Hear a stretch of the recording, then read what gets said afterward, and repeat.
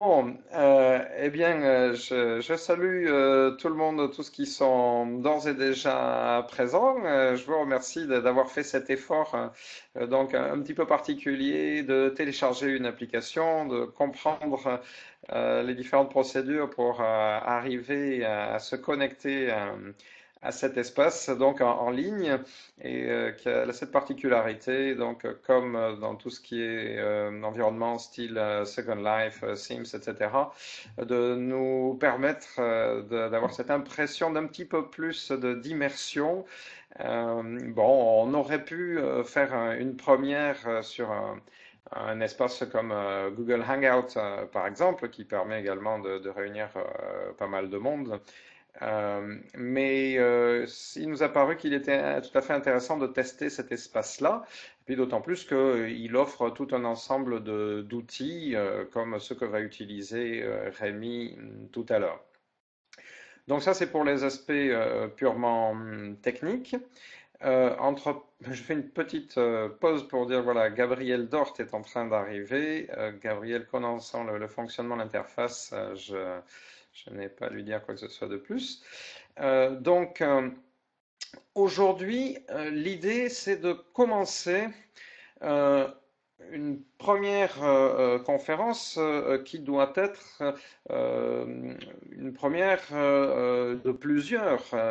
L'idée, c'est d'organiser des cycles de conférences autour de thèmes qui devront être cohérents.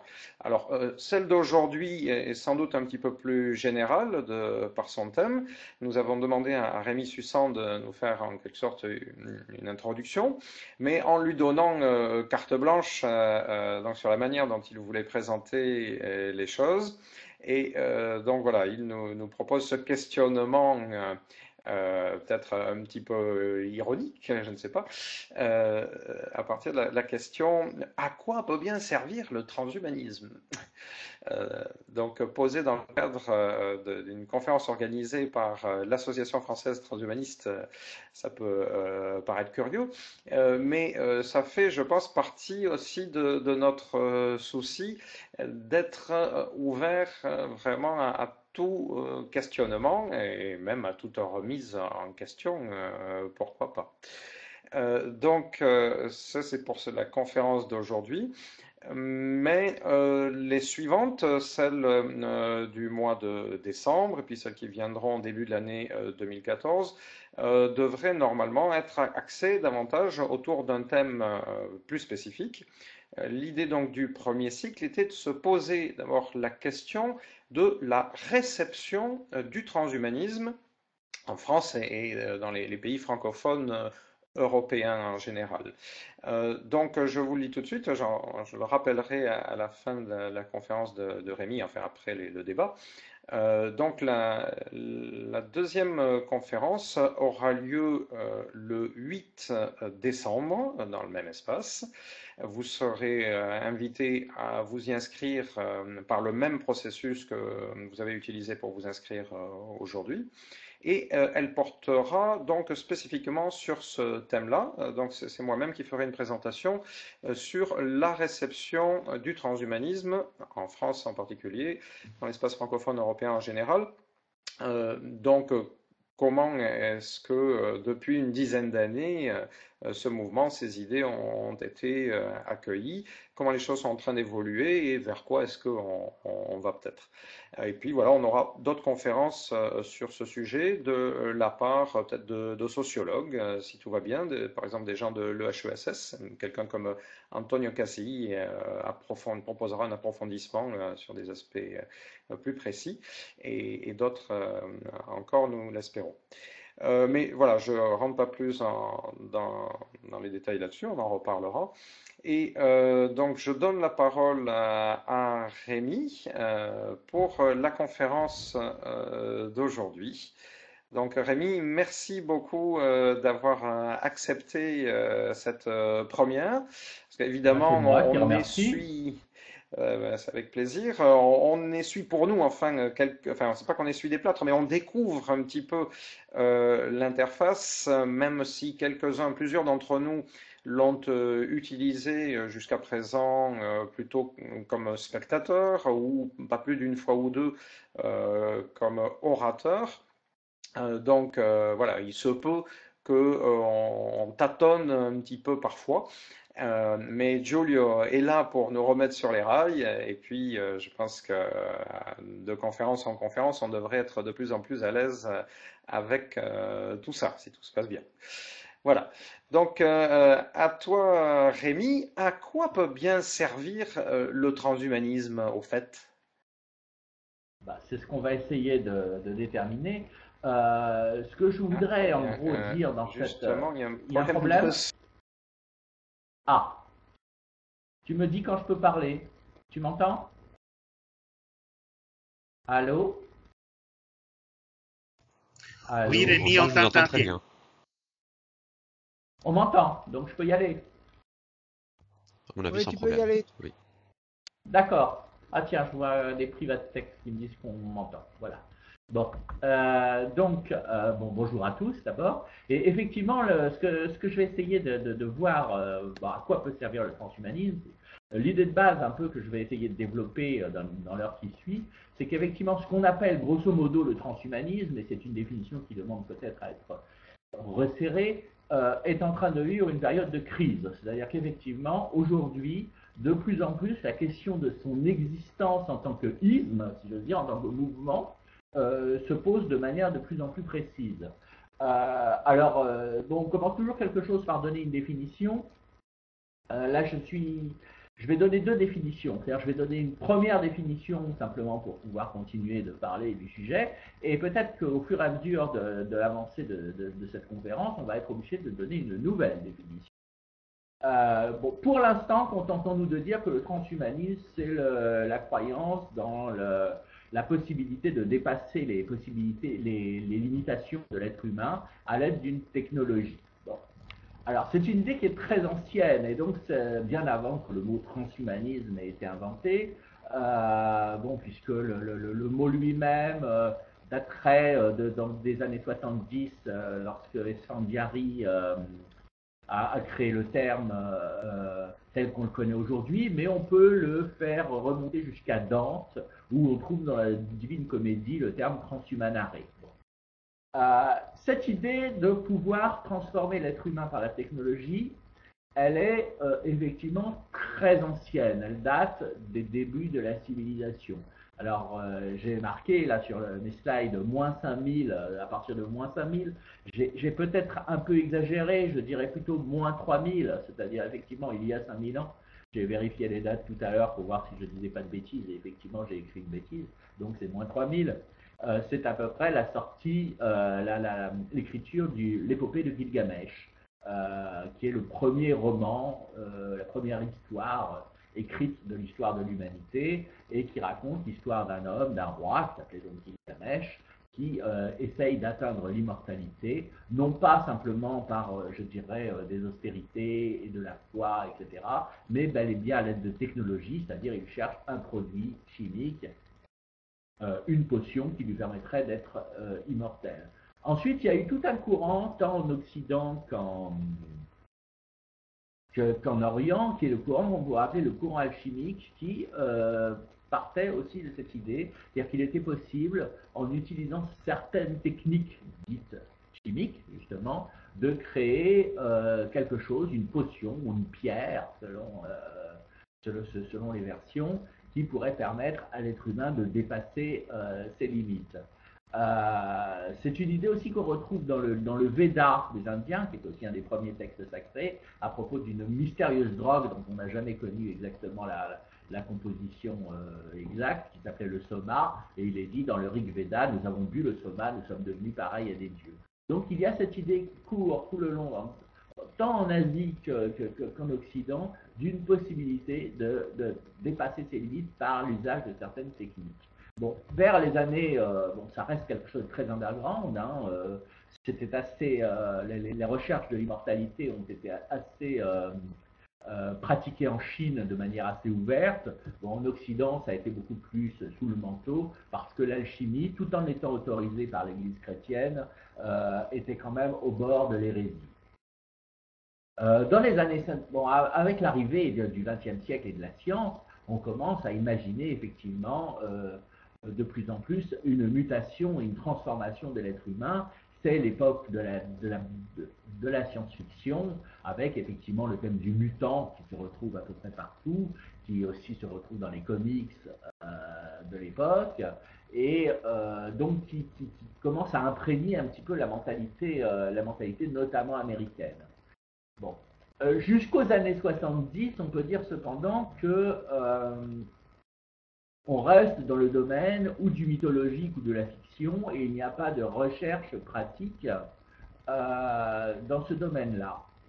Dans les années 70, il commence à y avoir des mouvements, ce que j'appelle la période underground, que j'arrête en 1990, mais il va bien il va sans dire que ce sont des phases qui ne se succèdent pas de manière complètement linéaire et qu'elles se continuent après que l'autre soit né, etc. Hein.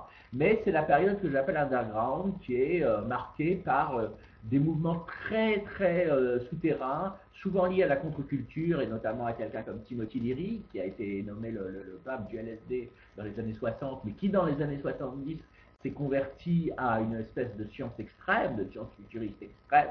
On trouve aussi des gens comme Robert Anton Wilson, un autre écrivain de science-fiction, et toute une cohorte de gens qui à l'époque sont jeunes, qui veulent réaliser le futur. Hein. Notamment, il y a un petit groupe qui s'appelle la L5 Society, qui veut à l'époque créer des possibilités d'un voyage spatial de manière privée. C'est aussi l'époque où commencent à naître les premiers instituts de cryonie. Le thème de la cryonique, sur lequel je reviendrai tout à l'heure, est très souvent lié à l'histoire du transhumanisme. Vous savez, la cryonique, c'est l'idée de congeler quelqu'un qui est mort pour pouvoir le ressusciter le jour où la science permettra de le faire. J'emploie le terme cryonique, on peut parler aussi de cryonie, il n'y a pas vraiment de normalisation du terme, et non pas le terme de cryogénie, parce que la cryogénie, c'est grosso modo la science du froid et la science des organismes sous l'effet du froid, et ça n'est pas forcément lié à ce mouvement-là. Bon, dans les années, vers la fin des années 80, je crois que c'est en 88 que naît l'Extropy Institute, si je ne me trompe, il y a ce qu'on appelle la période évangéliste. C'est-à-dire la période évangéliste, c'est-à-dire c'est le moment où se créent des organisations qui commencent à revendiquer le terme transhumaniste, qui était un terme parmi d'autres et qui n'était pas forcément le plus répandu, et à essayer de le fabriquer en idéologie, je dirais. Hein. Donc c'est l'époque effectivement d'abord de l'Institut Extropy, ensuite dans les années 96-97 se crée la World Transhumanist Association qui va devenir Humanity Plus, et toute une kyrielle d'ailleurs d'autres petites organisations qui vont se générer au fur et à mesure des conflits, des schismes ou des désaccords entre les uns et les autres. Donc c'est la période où effectivement on cherche à créer une espèce d'évangélisation du transhumanisme.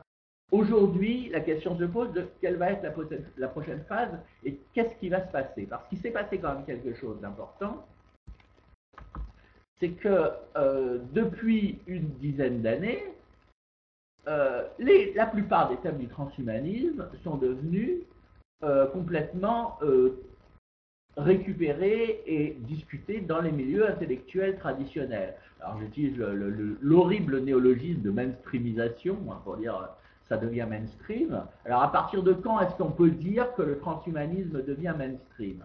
Je dirais que vers 2000-2001, il y a d'abord quelque chose qui va se passer, c'est-à-dire que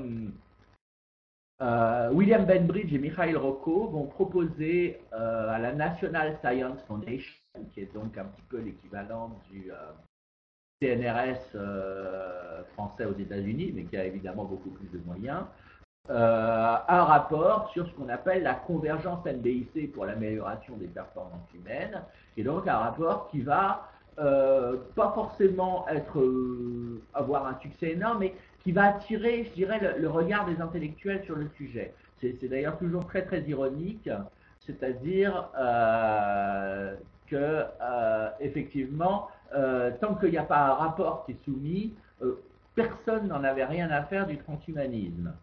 Hein, c'est-à-dire que c'est à partir du moment où ça devient un peu institutionnel qu'on commence à en parler. C'est à partir de ce moment-là aussi qu'on commence à avoir un discours qui est assez opposé au transhumanisme.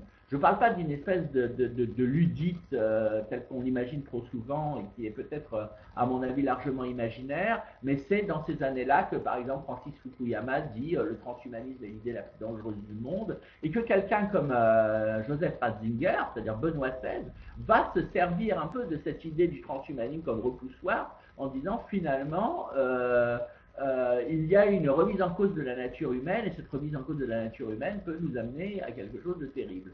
Donc aujourd'hui, il y a beaucoup de discussions qui sont autour des thèmes du transhumanisme, hein. C'est-à-dire qu'on parle de la longévité, on parle de l'homme augmenté, on parle des big data qui sont très à la mode, on parle de l'IA. Alors quand je dis bien sûr discuter dans les milieux intellectuels classiques, c'est quand même les milieux intellectuels un peu intéressés par la technologie. Mais disons qu'effectivement, beaucoup de ces idées, ce que j'appelle le transhumanisme non radical, c'est-à-dire qu'effectivement, Julio a fait une petite plaisanterie sur le texte chat, c'est-à-dire effectivement, c'est l'idée, c'est, si j'ose dire, un transhumanisme pour le court terme, qui est basé effectivement sur une augmentation de la longévité, de l'IA, des augmentations neurologiques ou physiologiques, etc. C'est des thèmes qui aujourd'hui sont présents. Et force est de reconnaître que autant ces thèmes étaient marginaux et bizarres dans les années 90, ou pour en parler au niveau personnel, quand j'ai découvert ces gens-là, dès que Internet a été disponible, en fait, vers 95, ces gens étaient quand même très très radicaux. Aujourd'hui, bon, finalement, ce discours-là imprègne finalement tout le discours sur la technologie, hein. Et ce qui est malheureux, c'est que je ne suis pas certain qu'au sein des milieux transhumanistes, je parle du transhumanisme au sens vraiment international, hein, je ne parle pas du français ou de l'américain, etc., je ne suis pas certain qu'il y ait un renouvellement des idées. C'est-à-dire qu'effectivement, beaucoup des discussions qu'on voit sur les mailing lists transhumanistes sont finalement du même ordre que des discussions que vous verriez ailleurs dans des listes de discussion plus, je dirais, classiques.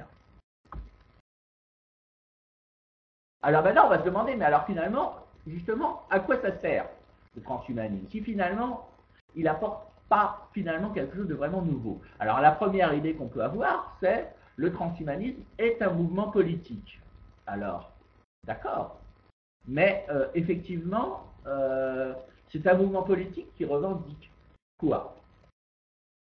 Est-ce qu'il revendique effectivement au final, ce dont on a l'impression, c'est qu'au final, la revendication principale du transhumanisme, la revendication au sens pratique du transhumanisme, ce serait d'augmenter la recherche. Bon, et d'augmenter les fonds pour la recherche. Bon, ce qui est une idée qui est sympathique, mais il n'y a pas besoin d'avoir une philosophie transhumaniste pour bien aimer la science, pour bien aimer le progrès et pour vouloir augmenter les fonds pour la recherche. C'est peut-être pas la bonne base pour demander d'augmenter les fonds pour la recherche. D'autant plus que si on demande aux différents transhumanistes quelle recherche il faudrait pousser, tout le monde n'est pas d'accord. Par exemple, Didier, qui est ici, dirait mais c'est la recherche sur la longévité, par exemple.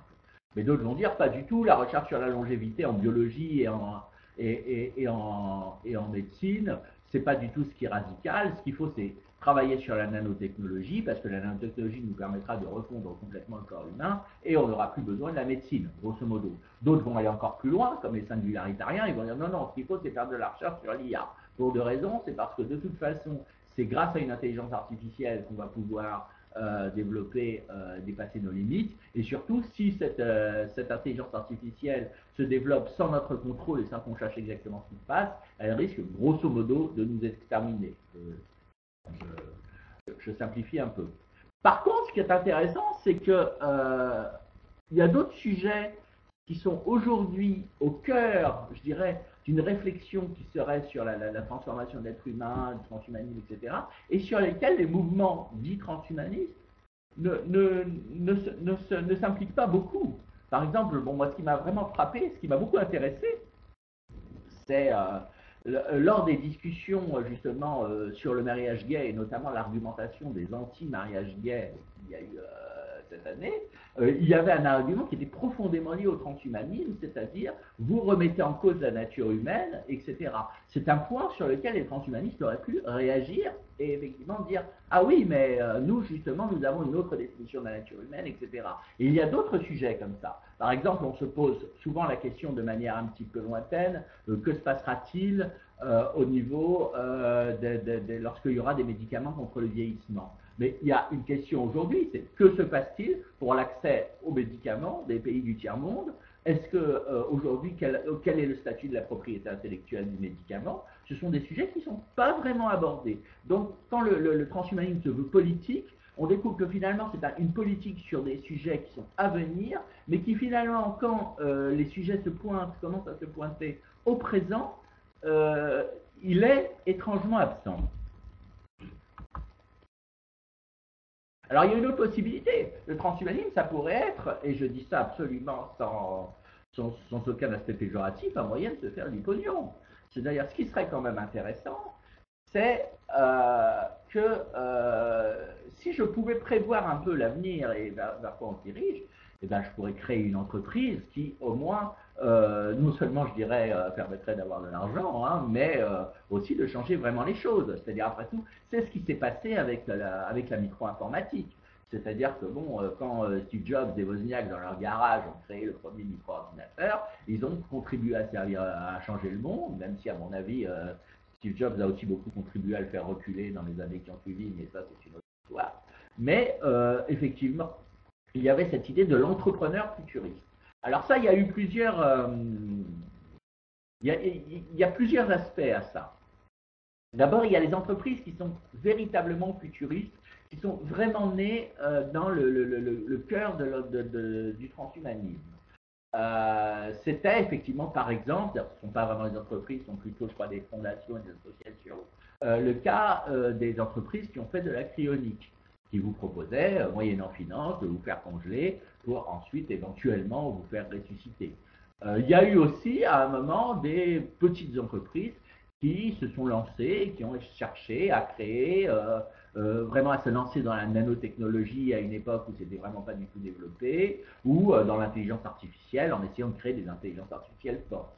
Il y a eu des entreprises comme ça, il y en a quelques-unes. Bon. Elles sont, je dirais, grosso modo, ce sont plutôt des think tanks que de véritables entreprises. Hein, ces choses, on ne peut pas attendre de leur part un vrai succès économique. Il y a aussi la deuxième phase qui est, je dirais, celui des startups scientifiques et de haute technologie. Alors celles-là, ce sont les petites sociétés qui vont s'emparer d'une technologie futuriste, mais qui existe déjà, pour la faire avancer et sans beaucoup d'argent. Alors par exemple, pour vous donner un exemple assez intéressant, au début des années 90-2000, je dirais à peu près, je ne sais plus à peu près dans quelle phase, on a parlé d'une infomesa, c'est-à-dire d'une nouvelle Silicon Valley qui se développerait autour du Santa Fe Institute au Nouveau-Mexique et qui travaille sur la complexité, sujet sur lequel je reviendrai dans quelques minutes. Et effectivement, il y a eu des sociétés qui se sont créées, des entreprises qui se sont créées autour de ce qu'on a appelé l'infomesa, qui cherchaient déjà, je dirais, il y a une quinzaine d'années, à travailler un petit peu sur ce qu'on appelle aujourd'hui les big data et qu'on appelait à l'époque plus la complexité. Donc, toutes ces sociétés se sont effondrées. Elles n'existent plus. Hein. D'autres startups, récemment par exemple, se créent autour de la biologie synthétique. Il y a une explosion de startups autour de la biologie synthétique et de l'avis des experts du domaine, la plupart vont s'effondrer parce qu'effectivement la technologie n'est pas encore prête pour avoir des retours sur le plan économique. Un autre exemple de startups qui ont fonctionné avec une technologie qui était là et qui pourtant n'a jamais développé, on est en ce moment en train d'utiliser cette technologie, c'est celle autour des mondes virtuels et de la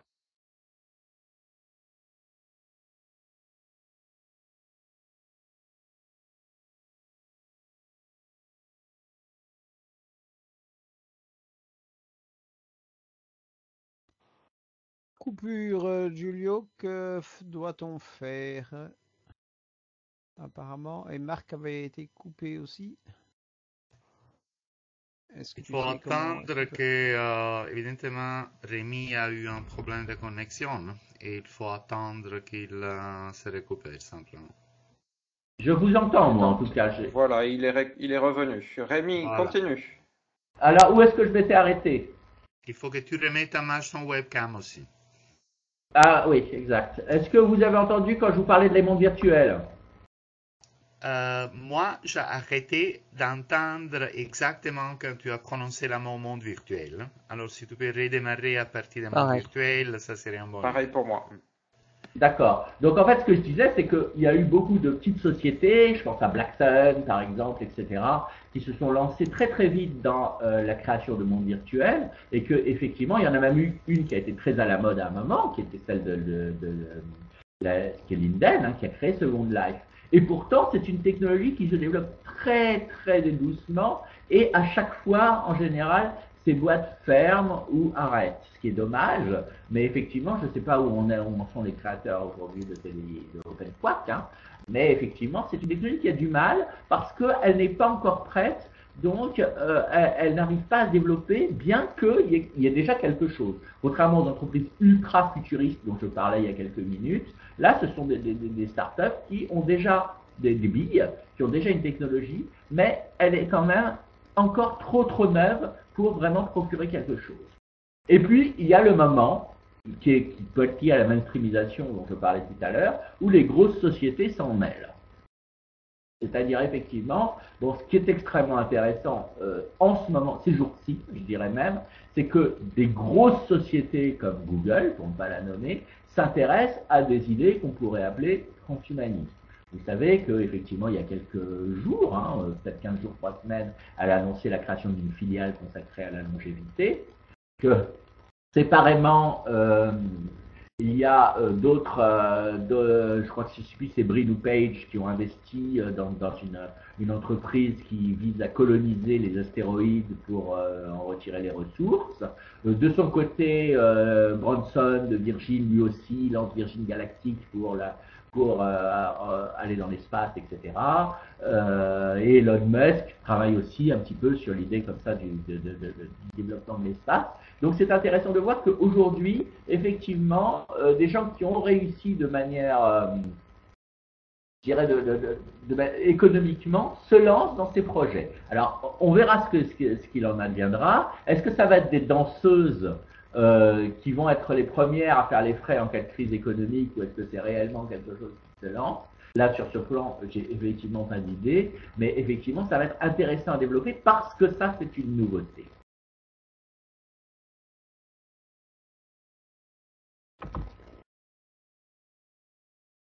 Enfin, il y a un courant du transhumanisme qui est extrêmement intéressant, qui est assez peu fréquenté, je dirais, assez peu étudié par les transhumanistes intellectuels, c'est le lien avec les mouvements dits du quantified self et l'idée d'un do-it-yourself transhumanisme, c'est-à-dire est-ce qu'on peut, chacun d'entre nous, améliorer notre condition à l'aide des technologies qui sont là, qui sont présentes, qu'est-ce qu'on peut faire, jusqu'où on peut aller, etc. Mais alors là se pose à nouveau la question, c'est-à-dire que c'est très bien, mais on n'a pas besoin du transhumanisme en tant qu'architecture philosophique pour améliorer notre condition.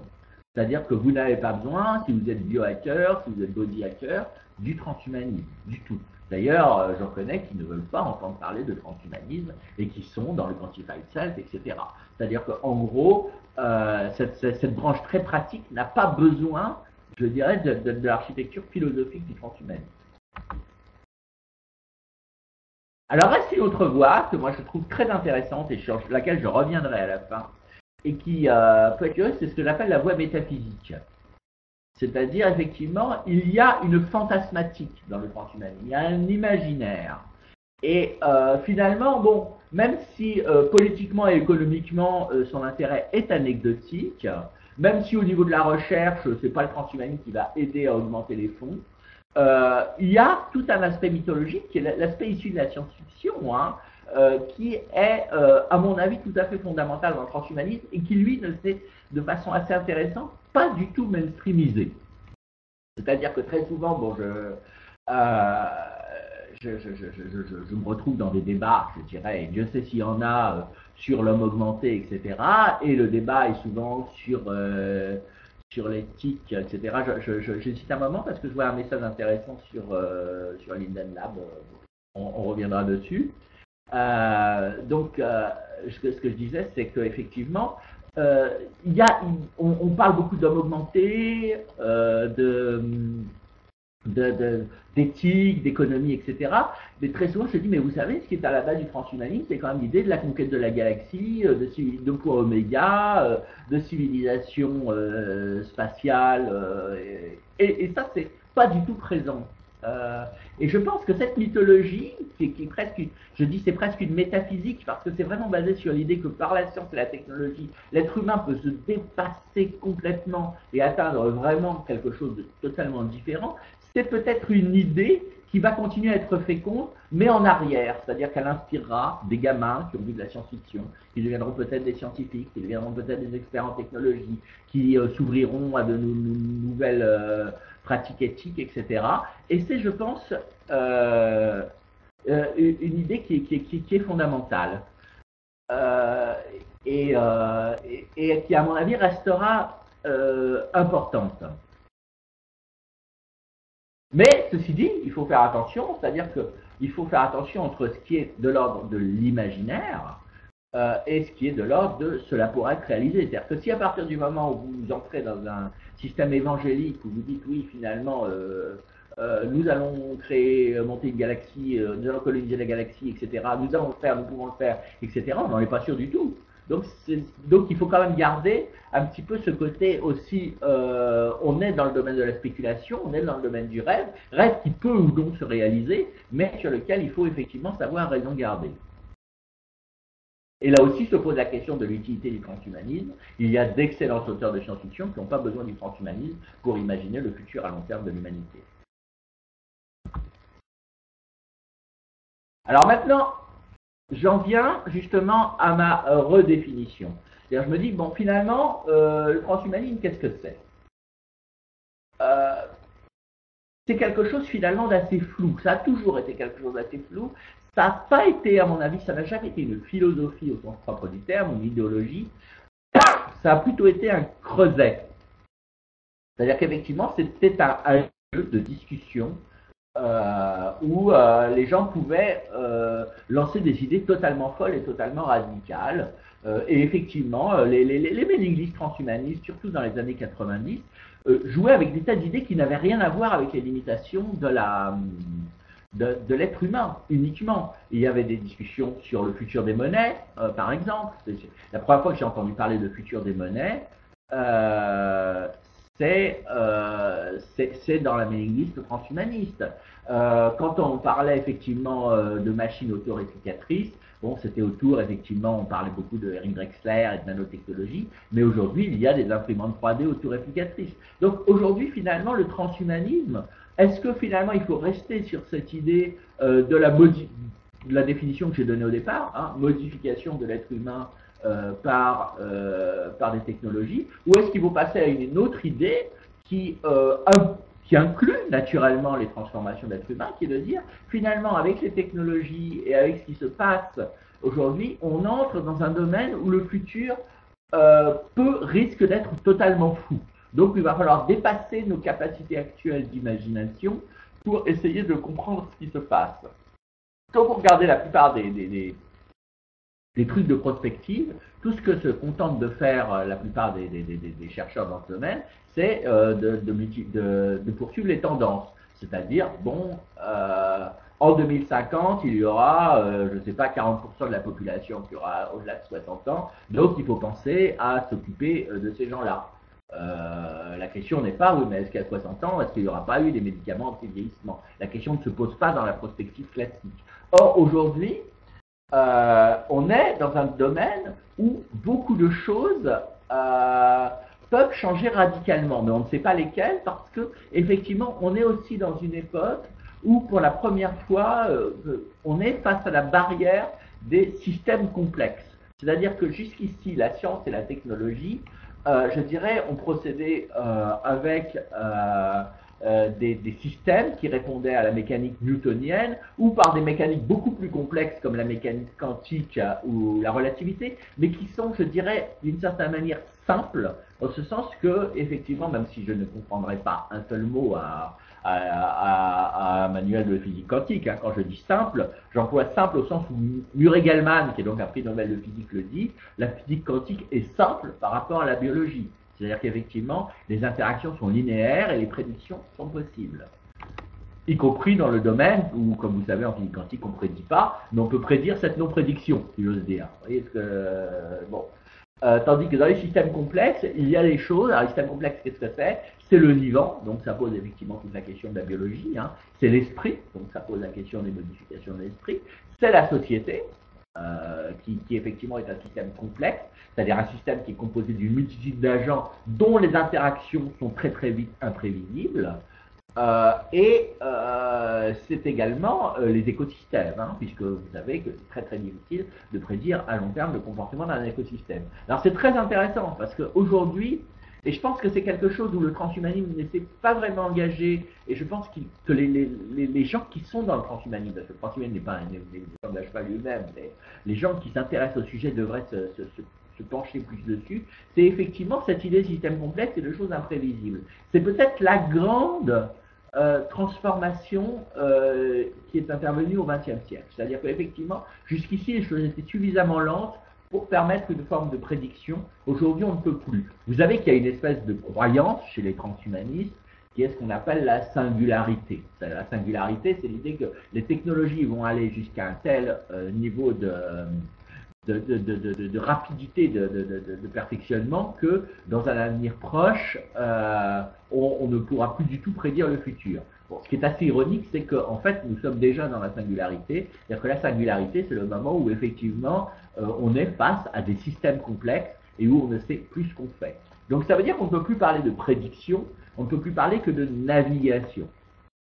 De navigation, c'est-à-dire effectivement, paradoxalement, on ne peut, la notion de futurisme radical nie la notion de futurologie. C'est-à-dire qu'on ne sait plus, effectivement, on ne peut plus dire nous allons vers telle chose. On peut effectivement imaginer une espèce d'utopie transhumaniste, on peut tout aussi bien imaginer un retour aux grottes parce que, effectivement, réchauffement climatique, guerre nucléaire, etc. Donc on est face à un panel de scénarios qui est extrêmement plus vaste qu'avant. Et donc, la notion de transhumain, la modification, pour reprendre là le terme, l'idée, la définition classique que je donnais tout à l'heure, c'est-à-dire la modification de la nature humaine, elle va être beaucoup conséquence de ces différents scénarios. Je vous donne un exemple qui est intéressant parce que c'est quelqu'un qui n'est pas du tout transhumaniste qui l'a écrit, c'est André Lebeau, qui avait écrit un livre sur notre addiction à la technologie, au progrès et à la consommation, et qui dit ça va aboutir à la destruction de notre écosystème. Et donc la seule manière d'arriver à sauver l'humanité et le monde, ça serait de faire des manipulations génétiques pour que l'être humain soit moins consommateur. Ce qui est très drôle, parce que finalement on en arrive, finalement, même si finalement vous êtes un écologiste profond, à espérer créer des modifications technologiques sur l'être humain pour permettre finalement le renoncement à la technologie. Donc c'est un exemple d'un transhumanisme possible qui ne serait pas effectivement dans le sens où l'évangélisme transhumaniste imagine trop souvent le transhumain. Alors ce futur, cet extrêmement large panel de futur, il se déroule dans un contexte sur lequel qui justement est extrêmement instable, qui est d'abord la fin de l'hégémonie occidentale, c'est-à-dire que bien entendu on ne peut rien prédire, donc je ne vais pas me permettre de prédire ce qui va se passer à 20 ans, mais il semble bien qu'aujourd'hui la tendance est à la montée de nouvelles puissances.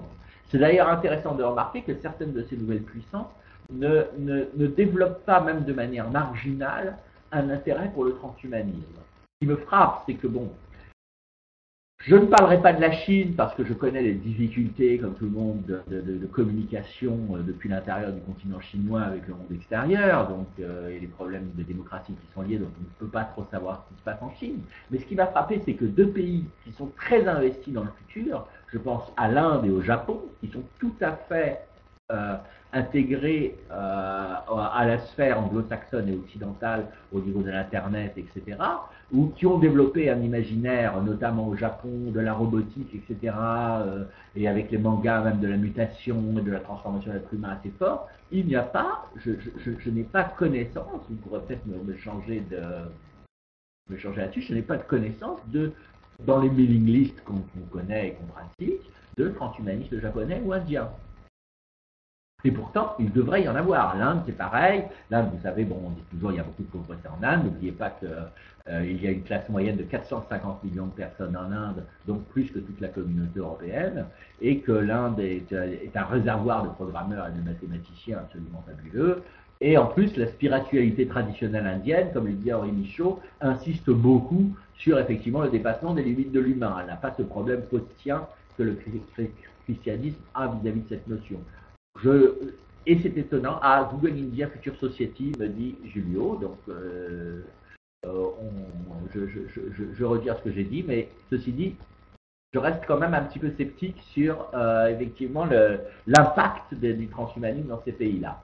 Il y a aussi autre chose qui va se passer, qui est le réchauffement climatique, qui va nous obliger peut-être à redoubler complètement la façon dont nous pensons la technologie. C'est-à-dire effectivement, peut-être qu'on va devoir se lancer dans la géo-ingénierie, par exemple la manipulation du climat, ce qui va poser des tas de nouvelles questions. Les crises politiques, elles, qui sont toujours imprévues. N'oubliez pas qu'il peut y avoir des crises politiques absolument monstrueuses dont on n'a pas idée aujourd'hui. Si en 1988, quelqu'un avait dit « dans 2 ans, l'Union soviétique n'existe plus », même dans un roman de science-fiction, ça ne serait pas passé. Il y a aussi des changements technologiques totalement imprévus.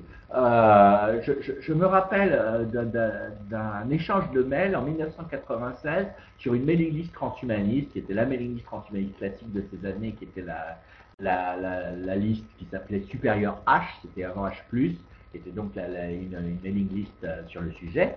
Et il y avait une discussion sur le clonage des mammifères, et quelqu'un a dit « Oh, de toute façon, c'est très très loin la possibilité de réaliser le clonage des mammifères. » 3 semaines après, 3 semaines, c'était 2 lits.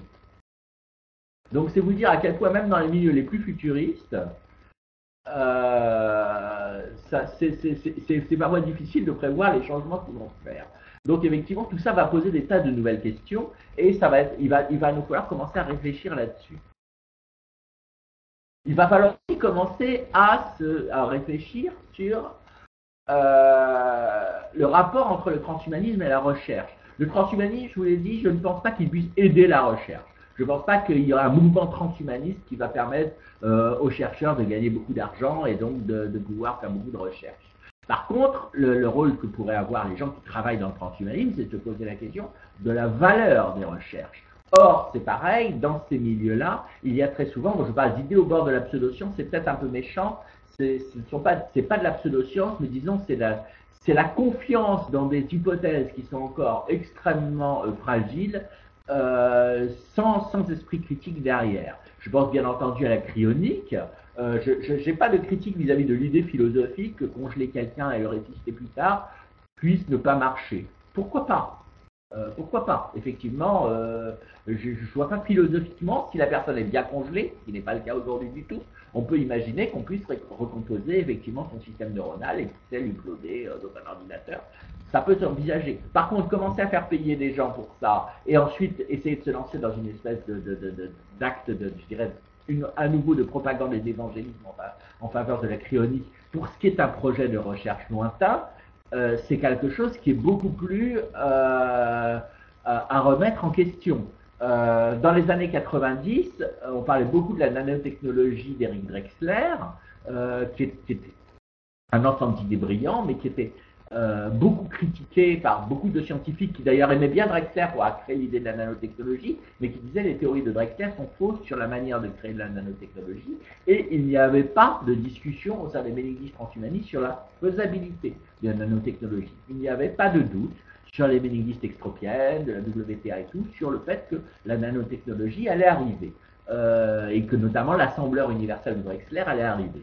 Or, rien n'est moins sûr, puisque d'après certains physiciens, il se pourrait que quelque chose comme l'assembleur universel de Drexler soit en opposition avec les lois physiques. Je ne dis pas que c'est le cas, mais il y a débat. Maintenant, ensuite, aujourd'hui, avec le mouvement singularitarien, la grande mode, ça a été l'IA force. L'IA force va arriver, va tout transformer, mais on ne discute jamais de la faisabilité de l'IA force. Donc je pense qu'effectivement, l'un des aspects les plus importants, c'est commencer à savoir évaluer ce qui est faisabilité, etc. Ça veut dire peut-être mettre un peu les mains dans le cambouis, ça veut dire effectivement faire venir plus de chercheurs, ça veut dire effectivement se poser des questions qui sont plus d'ordre techno et scientifique. Enfin, je parlais justement des systèmes complexes. Nous sommes face à cette barrière.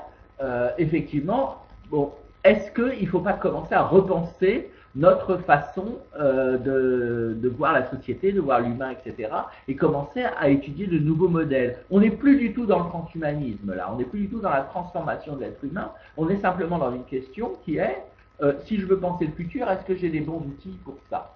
Par exemple, parmi les choses les plus excitantes que j'ai vues ces dernières années, il y a les théories de Peter Turchin sur les cycles historiques. C'est-à-dire qu'il se base sur les sciences de la complexité, et notamment sur un certain nombre de boucles cybernétiques, pour dire, bon, il y a des cycles historiques, et on peut arriver à prédire, d'une certaine manière, l'avenir à partir de ces cycles.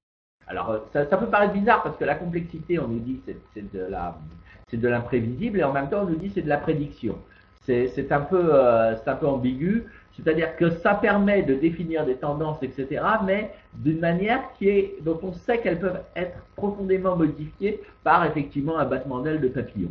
Alors effectivement, Peter Turchin, par exemple, montre des développements historiques qui ont l'air d'être assez convaincants. Bon, ça mérite d'être vérifié sur les sociétés agricoles et industrielles avec des cycles de 1 ou 2 siècles ou effectivement d'effondrement et de remise en question. Puis avec l'arrivée de l'Internet, il se demande si on est dans le même type de société et si les mêmes cycles vont continuer. Alors c'est ce que j'appelle la notion de mulet.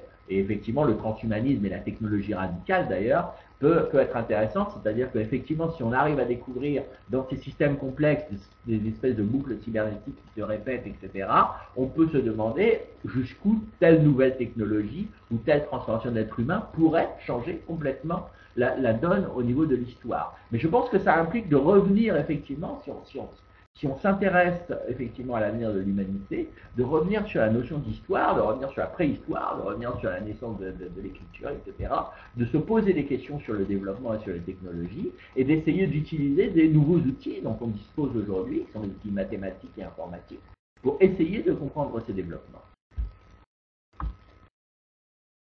Et enfin, je reviens dessus, j'ai parlé tout à l'heure de la voie métaphysique, qui a le rôle de l'imaginaire. Là, je vous ai parlé il y a 2 minutes, effectivement, de travailler avec des systèmes complexes, il y a des logiciels pour ça, etc. Mais il y a aussi que, finalement, si on considère le transhumanisme comme une branche philosophique de la science-fiction, on peut travailler sur l'imaginaire, c'est-à-dire qu'effectivement, dire finalement ce que disent les auteurs de science-fiction, les imaginations les plus folles, les plus radicales, nous permettent d'avoir peut-être une vision de scénario possible. Alors, je vais vous donner 2 exemples qui sont tout récents, qui sont intéressants là-dessus, parce qu'effectivement, ce sont des exemples très récents et tout à fait pratiques. D'abord, il y a l'auteur de science-fiction Neil Stephenson, qui s'est associé avec des chercheurs et des scientifiques en technologie pour imaginer des nouveaux systèmes technologiques. Par exemple, il travaille en ce moment à la création de tours gigantesques, de projets de tours gigantesques qui permettraient à des avions stratosphériques de se déplacer très haut dans le ciel sans avoir besoin d'atterrir pour effectivement refaire le plein, etc. C'est pas l'ascenseur spatial d'Arthur Clarke, hein. C'est beaucoup plus bas, c'est beaucoup plus possible, mais effectivement c'est une idée un peu folle qui peut être effectivement, comme seul un auteur de science-fiction peut l'élaborer. Récemment, il y a eu aussi quelque chose de très intéressant, c'est l'Institut de Force de Futur, qui est donc un institut de prospective américain, qui fait des travaux très intéressants, qui a commandité un ouvrage de nouvelles sur la matière programmable, c'est-à-dire tout le domaine qui va de l'Internet des objets, si vous voulez, à la nanotechnologie profonde. Et il a demandé à plusieurs auteurs, et pas n'importe lesquels, puisqu'il y a Bruce Sterling, il y a Rudy Rucker, il y a Ramez Nam, qui a, je crois d'ailleurs, écrit avant beaucoup sur le transhumanisme, d'imaginer des futurs, et il leur a donné carte blanche. Et beaucoup des idées qui sont données dans ces nouvelles sont, d'une certaine manière, déjà des débuts de projets ou des débuts de questionnements qui peuvent devenir tout à fait pratiques et que peut-être 1000 ateliers de prospective n'auraient pas généré. Donc je pense qu'effectivement c'est intéressant. Je pense que beaucoup de gens, et ça c'est quelque chose, je vais terminer dessus, et c'est quelque chose que je répète souvent, beaucoup de gens me disent le transhumanisme c'est de la science-fiction, et très souvent je leur réponds oui et alors. C'est-à-dire qu'effectivement, on a tendance à dire c'est de la science-fiction, c'est de l'imaginaire, donc finalement c'est faux, ça ne se peut pas. Et alors qu'en fait, effectivement, si on considère que l'imaginaire, etc., est la matrice de ce que nous faisons, là, effectivement, couper l'imaginaire et s'imaginer que s'en débarrasser nous permettra d'être plus réaliste, ne nous fait finalement que prédire des choses extrêmement plates et nous fait avoir des projets tout à fait, finalement, pas très avancés. Je reprends l'exemple de l'assembleur universel de Drexler. Donc vous savez, c'était cette idée de Drexler que grâce à la nanotechnologie, on allait pouvoir fabriquer n'importe quoi rapidement. Est-ce que c'est possible? Est-ce que c'est pas possible? Je n'en sais rien. Mais je pense que l'idée de l'assembleur universel, qui notamment était capable de créer d'autres assembleurs, a beaucoup influencé les gens qui ont créé la RepRap, c'est-à-dire la première imprimante 3D autoréplicatrice.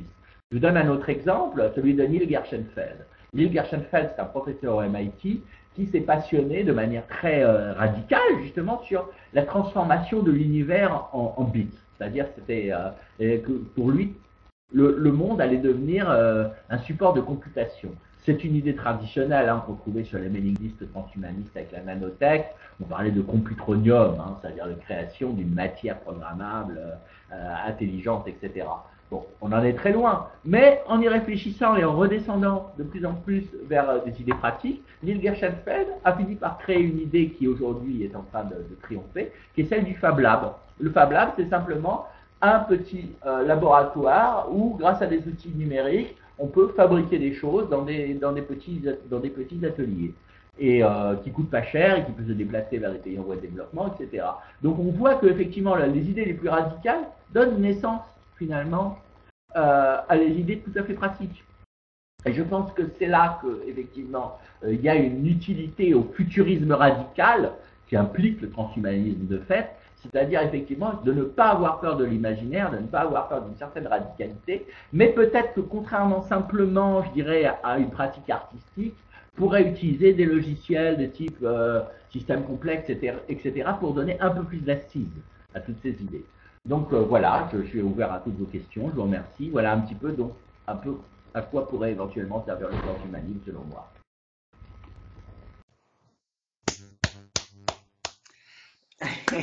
Merci Rémi. Merci. Et tout le monde nous fait un applaudissement parce que c'était une conférence très bien faite à mon avis. Est-ce que je peux poser la première question? Bon, il s'agit plutôt d'un commentaire. Je suis complètement d'accord avec le contenu. Oui, Marc? Giulio, pardon, on n'a pas pris le temps de montrer à toutes les personnes présentes comment on levait la main. Donc peut-être on peut juste prendre une minute ou si tu veux, tu seras plus précis que moi, rappeler comment chacun peut signaler sa demande de parole. Oui, mais bon, maintenant, on n'a pas coupé les microphones de tout le monde, alors il n'est pas vraiment nécessaire. Il y a des outils d'administration qui sont utiles quand il y a plusieurs dizaines de personnes pour couper les microphones de tout le monde et permettre aux gens de lever la main, donner la parole à quelqu'un et après découper son microphone. Mais maintenant, je pense qu'on est tous des gens bien élevés et on n'est pas trop. Alors, peut-être on peut continuer à le faire d'une manière spontanée. Simplement, quand quelqu'un a fini, quelqu'un d'autre peut prendre la parole. Qu'est-ce que tu penses, Marc?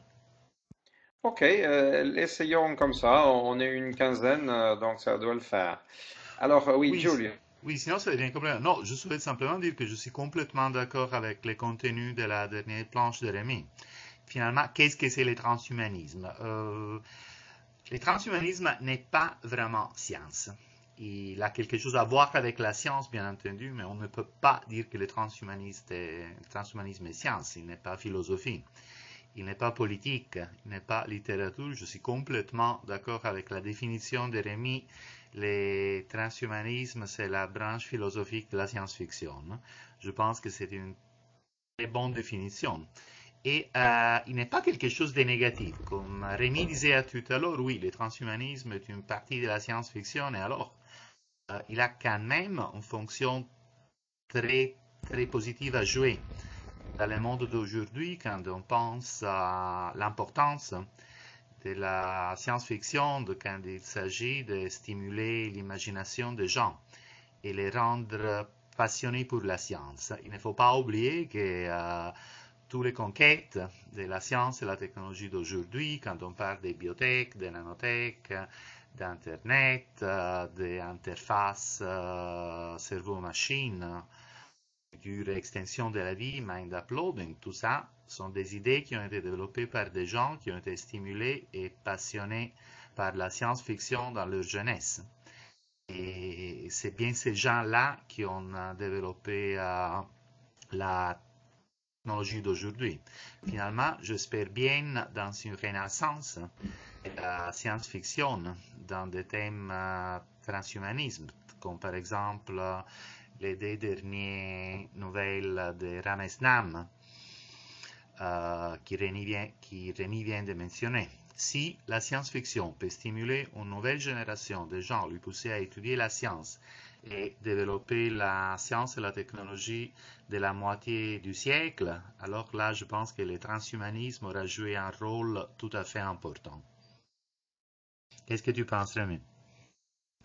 Moi, je suis tout à fait d'accord. Je pense qu'effectivement, ça va être quelque chose de. Je pense que la science-fiction est la littérature d'aujourd'hui. Et j'irais même plus loin. Je dirais que bon, on pourrait se dire bon, mais finalement, les gens ne sont pas tellement dans la science-fiction, mais sont plutôt dans la fantasy aujourd'hui. Mais je pense que finalement, même quand vous avez une fantasy médiévale du genre Game of Thrones, etc., il y a une idée qui est très science-fictionnesque quand même dans la fantasy contemporaine, qui est effectivement l'idée que finalement chacun d'entre nous peut s'initier et acquérir des pouvoirs. C'est-à-dire qu'effectivement, bon, même si c'est dans un contexte médiéval, il y a une idée philosophique du progrès dans la fantaisie contemporaine qui n'est pas forcément présente dans le fantastique plus ancien.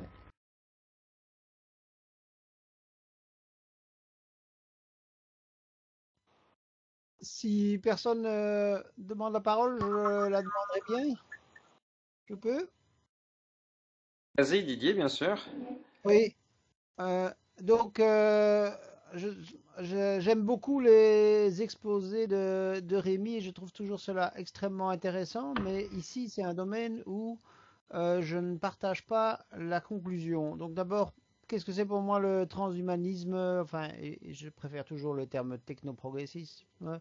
Mais donc, qu'est-ce que c'est pour moi? C'est le fait d'avoir d'envisager et d'essayer de comprendre les progressions technologiques en ayant globalement une opinion favorable, en estimant que, en général, les progressions technologiques sont quelque chose de positif à condition d'être bien gérées.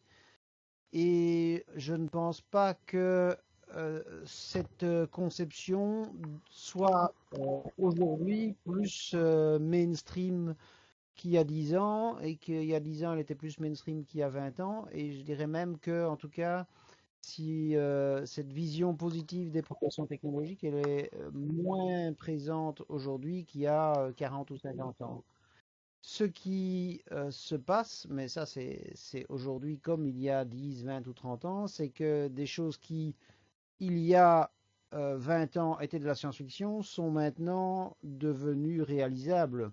Et que donc l'opinion favorable par rapport aux progressions technologiques, ça ne se pose plus. Par exemple, je ne sais pas moi, par rapport à la capacité d'avoir accès à toutes les connaissances ou à des millions de pages de connaissances, ce qu'on a maintenant par un téléphone mobile, mais ça se pose par rapport à je sais pas, le fait qu'on pourra demain avoir accès à des connaissances, mais simplement par la pensée, bien par des améliorations radicales en matière de longévité. Et pour ce qui est, hein, puisque c'est mon sujet favori, c'est les questions relatives à la longévité. Pour ce qui est de progression radicale en matière de longévité, je ne pense pas que ça soit devenu aujourd'hui mainstream, et je pense que enfin, d'une part, c'est quelque chose d'assez peu compris par la majorité des citoyens, et d'autre part, quand c'est compris par des citoyens, le niveau d'opposition reste quand même extrêmement élevé. Donc je me demande s'il n'y a pas la classique confusion, euh, comment dire, ce qui était de la science-fiction hier est devenu de la réalité aujourd'hui, mais ça n'empêche que ce qui est de la science-fiction aujourd'hui n'est pas encore perçu comme acceptable par le citoyen moyen, et donc n'est pas en train de devenir mainstream. Voilà, j'espère que je me suis bien Vas-y, exprimé. Didier. Enfin, ma remarque, mais qui est aussi une question évidemment à Rémi. Qu'est-ce qui te fait penser ça, que on est devenu mainstream par rapport au futur envisageable dans 20 ans? D'abord, mainstream, effectivement, ce que je veux dire, c'est que c'est beaucoup discuté par des gens qui parlent de technologie. Ça ne veut pas dire que tu descends dans la rue, les gens sont forcément dedans. Mais c'est vrai qu'aujourd'hui, de la discussion sur la longévité, tu en as en dehors, même si c'est avec de l'opposition, hein, je ne dis pas le contraire, mais tu en as, le sujet est débattu. Autre chose, tu as dit toi-même, c'est intéressant, tu as dit, je préfère parler de technoprogressisme. C'est-à-dire que toi-même, tu reconnais que finalement, la notion de transhumanisme, le mot transhumanisme, finalement, ne recoupe pas un certain nombre de tes idées. La longévité est un cas un petit peu à part, je dirais, dans tout le panel de la pensée transhumaniste, parce que, bon, à mon avis humble, mais ça, on en a déjà discuté de manière ensemble sur le sujet, je pense que la longévité est simplement le prolongement de la recherche médicale. C'est-à-dire qu'elle va arriver de manière tout à fait naturelle, et les gens ne s'y opposeront pas parce qu'ils ne réaliseront pas qu'elle existe. C'est-à-dire que, bon, comme même, je pense qu'on pose souvent, et c'est pour ça qu'il y a cette opposition, une opposition à la longévité, parce qu'à mon avis, on pose aux gens la mauvaise question. On leur dit, est-ce que vous voulez vivre plus longtemps, etc. Et ils disent, oh mon Dieu, quelle horreur. Bon, maintenant, si on pose la question réelle, à mon avis, la question pratique qui se passera, c'est-à-dire, voulez-vous qu'on arrête la recherche sur un certain nombre de maladies et que le médecin puisse refuser un traitement à quelqu'un sous prétexte qu'il est trop vieux? Tu verras, à mon avis, que le sondage sera complètement différent. Or, c'est ça la question. Dire je suis contre la longévité, c'est du vague, c'est de la philosophie. Mais dire je suis pour qu'on restreigne l'accès aux soins, allô? Ah bon, j'ai eu peur, j'ai vu l'écran qui était devenu complètement noir, je me suis dit ça y est, c'est le bordel. Mais non, en fait, c'est juste mon économiseur d'écran. Si on commence à poser la question, est-ce que vous voulez restreindre l'accès aux soins, les gens vont tout de suite te dire, ah non, non, non, non, non. Et c'est pareil, les gens, si tu leur dis, voulez-vous abolir le vieillissement, ils vont te dire, ah mais je suis con, quelle horreur. Mais s'ils vont chez le médecin et que le médecin leur dit, ouais, vous avez une petite conséquence là du vieillissement, j'ai un produit contre ça, ils vont tous dire oui. À mon avis. Maintenant, je me trompe peut-être.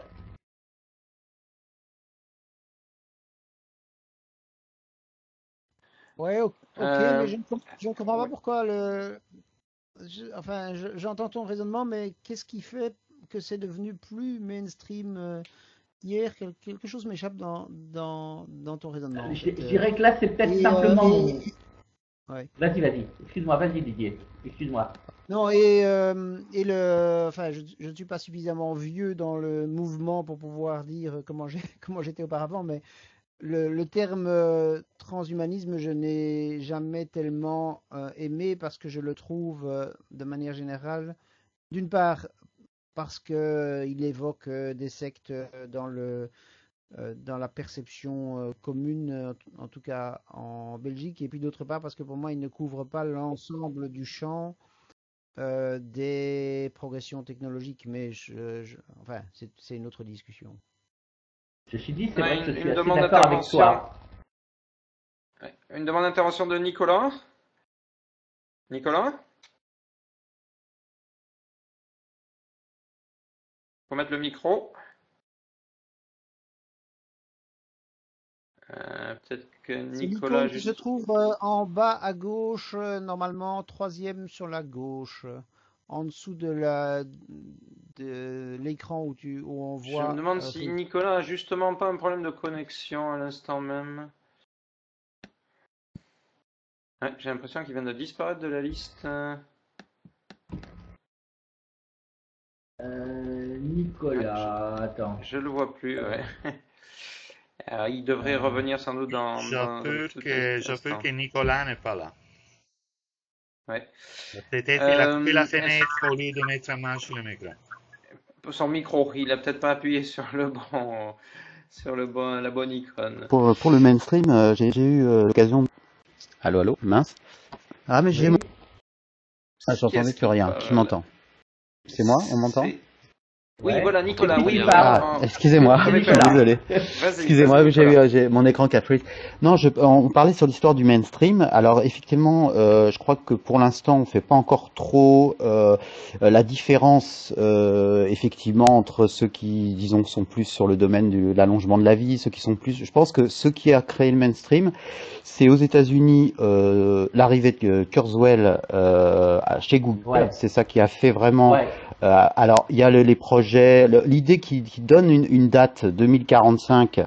Ça a créé chez les journalistes des IT une espèce d'excitation un peu frénétique sur l'immortalité, sachant que eux sont proches de ces milieux-là et se disent peut-être qu'il y a quelque chose, même pour nous, un peu comme à l'époque des journalistes qui allaient se servir pendant le Tour de France chez les cyclistes d'avoir un petit peu d'amphétamine ou trucs comme ça, on va dire. Hein. C'est presque du même domaine. Hein. Ils sont tous très excités là par ces idées-là. Et en même temps, je pense que aux États-Unis, les grands IT, hein, Information Technology, tout ça, ont une philosophie derrière. Certains non avoués, d'autres très mercantiles, mais quand même avec un objectif. On voit les wearables aujourd'hui. Hein, on commence à avoir des choses qui s'attachent sur le corps, etc. On voit bien qu'il y a une interpénétration à la fois du hardware et puis enfin, on voit qu'il y a aussi ce rapprochement, cette convergence numérique réelle avec la réalité augmentée, etc. Donc c'est des sujets qu'en fait nous on voit de manière parcellaire en France encore chez les observateurs, notamment les médias, où ils voient des gadgets, des avancées technologiques, des machins, mais ils voient pas un courant. Ils voient pas une roadmap. Mais aux États-Unis, il y a réellement une roadmap. Et là, j'ai vu récemment chez Facebook qui emboîte le pas à Google, hein, où ils parlent d'IA, ils parlent d'humains connectés, mais au sens presque connecté à la machine, etc. Il commence à y avoir une espèce de compétition. Et on peut très clairement définir que la vision derrière, elle est quand même très clairement transhumaniste. Alors, est-ce qu'ils sont transhumanistes eux-mêmes? Je pense pas, mais ils s'inscrivent dans une vision qu'on a définie, qu'en tout cas le transhumanisme a plus ou moins, évoque par sa pensée. Donc ça devient mainstream. Alors, est-ce que ça va devenir une mode? Parce que je sais qu'il y a des films en préparation. Par exemple, il y a Transcendance, un film avec Johnny Depp qui parle d'un scientifique qui va uploader son cerveau sur un ordinateur, etc. Donc, est-ce que ça va être un type de mode comme les avatars à un moment donné, etc. Puis ça va retomber? Je pense pas, parce que quand même là, il y a quand même ça touche énormément de domaines, hein, les neurosciences, les machins. Donc, ça va être difficile de taire le truc une fois qu'il sera lancé. Hein. On voit bien qu'il y a un appétit énorme pour les news technologiques aujourd'hui en France. On passe même, je dirais même que ceux qui s'intéressaient à des trucs comme CNET avant commencent à s'intéresser à des choses beaucoup plus scientifiques aujourd'hui. On voit des choses très scientifiques dans des trucs informatiques aujourd'hui, dans des journaux informatiques. Tout ça se mélange un petit peu, etc. Non, je pense que ça devient peut-être pas encore tout à fait en France, mais je pense qu'il y a alors par contre je crois qu'on n'identifie même pas encore la longévité au transhumanisme. Je pense que c'est même, effectivement, Didier, tu as raison de ce point de vue-là. Je pense même que c'est pas l'idée de longévité qui est associée au transhumanisme, c'est plutôt l'idée de futurisme un petit peu. C'est encore un petit peu pas très net en tout cas. Mais c'est justement peut-être à nous est-ce qu'on m'entend toujours? On Je t'entend ne sais très plus. bien. Ah, d'accord, très bien. Voilà, c'est comme ça que moi je le perçois parce que j'ai eu l'occasion vraiment je fais beaucoup de veille pour différents clients, etc. Et j'ai une observation assez large des choses et je vois le nombre absolument extraordinaire de d'articles qui associent certaines entreprises au mouvement transhumaniste, hein, ou en tout cas évoquent le sujet. Hein, voilà, donc c'est comme ça que je le vois. Euh, Mais effectivement, vas-y, excuse-moi. Allô, Oui, Nicolas? donc Nicolas, tu voulais rajouter quelque chose? On le perd de nouveau. Je vois un symbole qui me dit qu'il a un petit souci. Moi, je voulais Euh, plus soyer, si j'ose dire, ce que disait Nicolas. Hein, c'est-à-dire qu'effectivement. Ah oui, il y a écrit Nicolas de Connection Problem. C'est intéressant parce que c'est le signal quand même quand il y a quelque chose comme ça. Je vais donner un exemple, je ne sais pas si Nicolas sera revenu, mais qui va tout à fait dans le sens de cette mainstreamisation, parce que ça m'avait frappé, et c'est quand même un exemple qui a déjà 3-4 ans facile. Hein. Je vais prendre le thème de la l'idée sur les aspects singularité. longévité. Voilà, c'était juste ça que je voulais dire, c'est que ouais.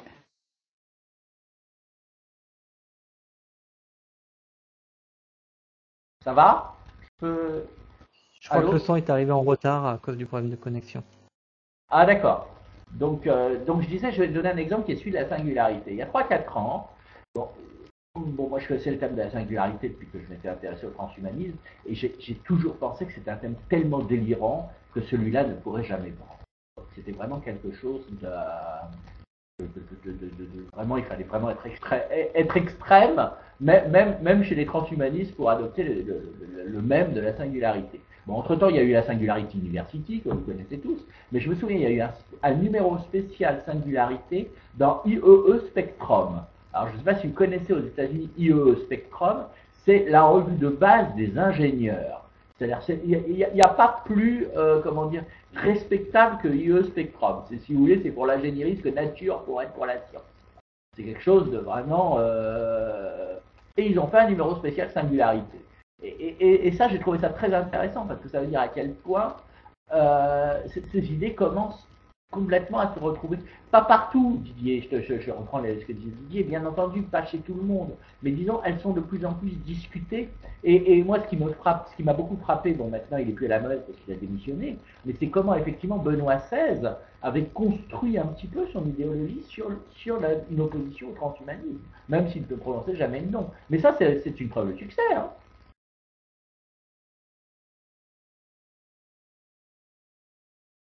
alors, est-ce que je peux en profiter pour intervenir maintenant? Est-ce que vous m'entendez correctement? Oui. Ouais. Bon, je voudrais rajouter un élément, et puis enfin, je sais pas, qui ne va peut-être pas exactement non plus dans la direction que nous proposait Rémi, ou en tout cas pas complètement. Donc je suis complètement d'accord sur plein de choses, par exemple le rôle lié à l'imaginaire, le lien avec la science-fiction, ça pour moi ça fait pas de doute. Mais c'est sur ce que peut devenir ou ce que peut être exactement le mouvement transhumaniste que je me pose des questions. Il me semble que tout ce dont on parle aujourd'hui, là en ce moment, je veux dire que ce soit plutôt ceux qui s'intéressent à l'allongement de la durée de la vie, ceux qui s'intéressent plutôt au biohacking, le fait qu'il y a plein de gens qui agissent sans se reconnaître dans le nom ou se mettre l'étiquette transhumanisme, etc. Ceux qui s'intéressent à la cryonie, tout ça sont des gens qui sont présents même en France aujourd'hui. En effet, ils n'ont pas, comment dire, il n'y a pas d'étendard qui rassemble toutes ces personnes-là, mais j'ai tendance à penser que tout ça a tendance quand même à aller dans la même direction globale. Permission de faire tomber tout un ensemble de barrières et qui sont justement des barrières qui jusqu'à présent sont considérées comme étant celles qui participent à définir l'humain. Et donc il me semble bien que tout cela va dans la direction de ce que moi je continue à appeler un transhumanisme. Je me dis que peut-être que demain, ça n'est pas le mot transhumanisme qui sera conservé et qui servira à fédérer tout ça. Et d'ailleurs, ça n'a pas forcément grande importance.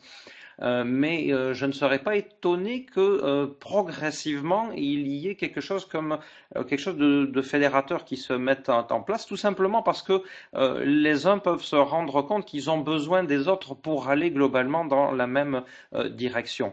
Et, il y a des moments où pour que une société continue à avancer, il faut que il y a des choses qui se traduisent dans les règles qu'on se donne en commun. Donc, par exemple, dans la législation. Or, dans le système qui continue à être imposé ou plus ou moins fonctionnel aujourd'hui, dans ce qui existe et qui fonctionne aujourd'hui, c'est-à-dire la bête démocratie représentative dont on souffre peut-être tous, eh bien, les gens sont sont poussés encore à fonctionner, pas forcément de manière majoritaire, mais un grand nombre sont encore poussés à adopter les règles de la politique classique, par exemple. Je sais bien que les transhumanistes sont bien placés en général pour se dire qu'il y a d'autres manières de construire une politique que de passer par ces voies classiques-là, mais elles ne vont pas s'effondrer tout de suite. Or, elles demandent de la fédération pour l'instant. Et donc, je me dis que en parallèlement à l'émergence d'autres expressions politiques au sens large, donc par les réseaux, par tout ce qu'on voit se faire concrètement, eh bien, je ne serais pas étonné qu'il y ait même des mouvements fédérateurs qui prennent corps à différents endroits. D'ailleurs, il y a des tentatives, ça n'est pas très ancien, ça fait pas très longtemps qu'il y a différents groupes, enfin à ma connaissance en tout cas, qui a des différents groupes, oui, qui rassemblent suffisamment de personnes, et qui on commence à se dire, il faut créer un parti politique. Alors, par exemple, ça se voit en Grande-Bretagne à travers une initiative assez récente, enfin, ça a 1 an à peu près, par exemple, du groupe Zero State. Ça se voit à travers ceux qui poursuivent plutôt l'objectif de l'accroissement de la longévité, avec l'idée de créer un parti politique spécifiquement axé sur la question de la longévité. Et personnellement, je suis de temps en temps sollicité pour me dire, mais alors, est-ce qu'il ne va pas y avoir un parti politique transhumaniste? Alors moi personnellement, je considère que c'est tout à fait trop tôt, qu'il y a besoin encore qu'il y ait beaucoup plus d'initiatives en tous ordres qui se développent à droite ou à gauche, mais je ne serais pas étonné qu'à un moment donné ou à un autre, en effet, quelque chose comme ça finisse par exister également. Rémi, qu'est-ce que tu penses de cette hypothèse-là? Tout est toujours possible, hein. Comme je dis à la fin, de toute façon on ne peut pas prédire, donc je ne vais pas m'amuser à prédire. J'ai des doutes personnellement sur l'idée, c'est pas tellement une question de nom du transhumanisme, mais que l'ensemble des concepts du transhumanisme puisse être quelque chose de fédérateur en soi. Imagine, effectivement, je ne sais pas ce que veut Zero State, je ne connais pas, hein, mais ce parti politique transhumaniste, par exemple, quelle va être sa politique économique? Je pense que les gens vont se déchirer dans la minute. C'est-à-dire qu'effectivement, c'est vouloir créer qu'il y ait des lobbies. Et je n'utilise pas du tout lobby dans le sens terme, dans un sens négatif. Je trouve ça très bien. C'est-à-dire que qu'il y a un groupe de pression pour augmenter les recherches sur la longévité, par exemple, super. Qu'il y ait des groupes de pression pour augmenter la liberté cognitive, comme il en existe aux États-Unis, très bien. Sur la liberté morphologique aussi, très bien. Ceci dit, je ne suis pas sûr que ces gens vont si facilement s'agréger ensemble autour d'une thématique commune. Regarde simplement les déchirures qu'il y a eu sur le plan politique entre les différents groupes transhumanistes. Ce sont des déchirures qui sont profondes, à mon avis, qui ne permettent pas l'alliance, tout simplement. C'est-à-dire, ça c'est un point de vue qui est personnel. C'est-à-dire qu'effectivement, il peut y avoir entre un libertarien, membre de comment s'appelle la National Rifle Association, et anarcho-capitaliste, un accord avec quelqu'un sur un plan, dans un domaine, je dirais, spécifique, qui serait par exemple la longévité, avec quelqu'un qui serait plutôt, je sais pas, démocrate, etc. libéral-démocrate ou quelque chose comme ça, mais je ne les vois pas dans une idéologie commune. D'ailleurs, je pense que les déchirures du mouvement transhumaniste viennent du fait que dès qu'on rentre dans l'affaire de la politique, il y a des différences qui sont vraiment très, très, très fondamentales et qui ne peuvent pas être gommées, je dirais, comme étant des tendances. Si tu veux la question, est-ce que le transhumanisme est une idéologie globale où il y aurait des tendances à l'intérieur, ou est-ce qu'au contraire le transhumanisme est une tendance qu'on peut retrouver chez plein d'acteurs politiques qui vont être complètement différents? Est-ce qu'il est secondaire ou est-ce qu'il est primaire, je dirais. À mon avis, il est secondaire aujourd'hui. Et je t'en donne une preuve. Je termine. Je t'en donne une preuve qui, moi, m'a frappé. C'est un transhumaniste historique, dont je ne dirai pas le nom, parce que c'est pas le, mais certains le reconnaîtront, qui, par exemple, bien ayant dirigé une association transhumaniste, etc., était tellement républicain qu'il a clamé quand même son soutien à Sarah Palin sur son blog à un moment, alors que c'est quand même quelqu'un qui est proche des milieux créationnistes et qui est contre l'usage des cellules souches, etc. C'est-à-dire qu'au moment de savoir s'il allait servir le républicanisme dur ou le transhumanisme, il a préféré servir le républicanisme dur. Et je pense que c'est vrai aussi pour toutes les tendances politiques, c'est-à-dire que finalement le transhumanisme passera toujours derrière, parce qu'au niveau du présent, on a des différences radicales les uns avec les autres.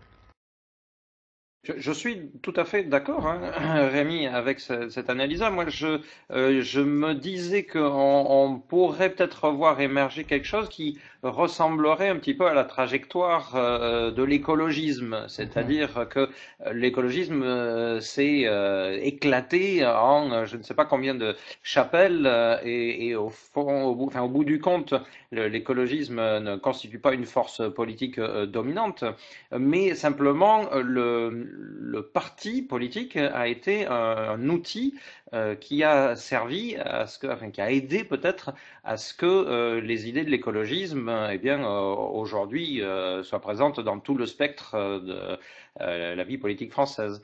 Et je me demandais si on ne serait pas amené à avoir quelque chose de cet ordre-là avec l'histoire du transhumanisme. Je me pose la question.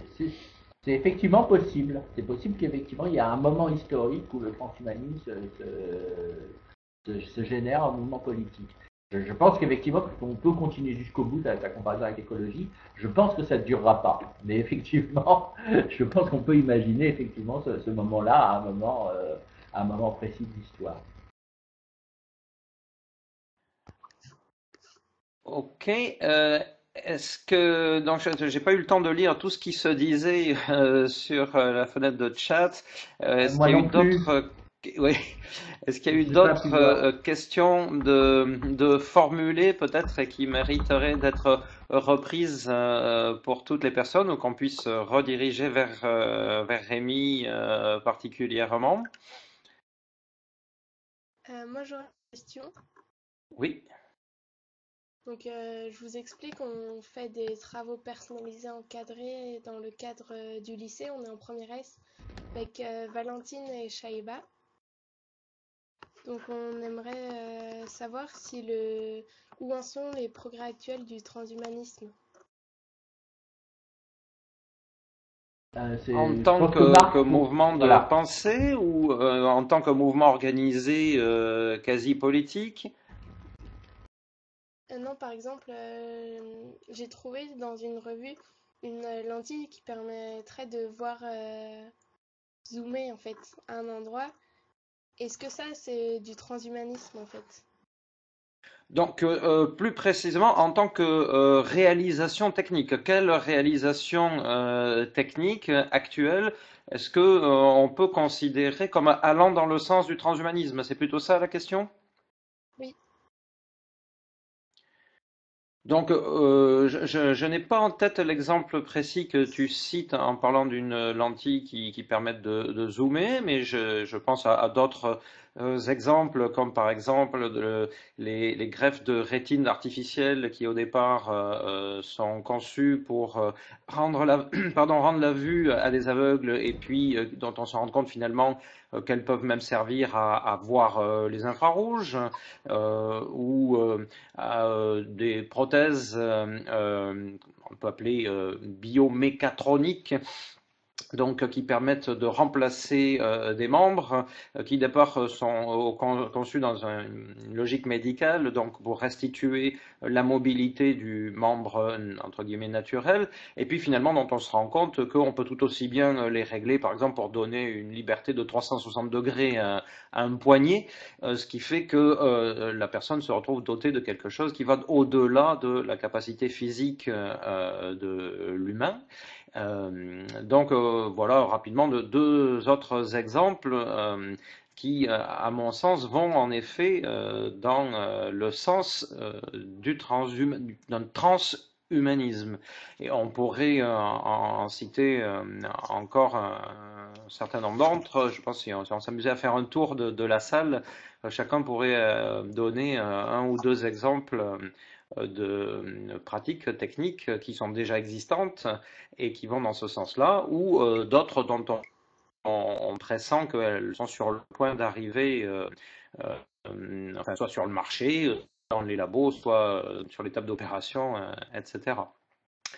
Donc ces avancées sont assez régulières et souvent de plus en plus impressionnantes. Peut-être les plus impressionnantes sont celles qui arrivent dans le domaine des biotechnologies, par ailleurs, avec des cas de thérapie génique, bon, qui ne sont pas encore très très nombreuses, mais enfin qui sont encore probantes. Donc, bon, il y a des champs assez divers comme ça qui laissent entrevoir des possibilités de transhumanisme au sens tout à fait premier, il me semble. Maintenant, pour dire à quel point est-ce qu'on se trouve, moi, il me semble qu'on est dans un mouvement d'avancée, même de progression très régulier. C'est-à-dire que en une année, enfin, je sais pas, moi, je constate, je sais pas, entre 6 et 10, ou je sais pas, nouveautés technologiques qui me semblent tout à fait importantes, qui ont des aspects révolutionnaires pour un domaine ou un autre, dans un domaine ou dans un autre.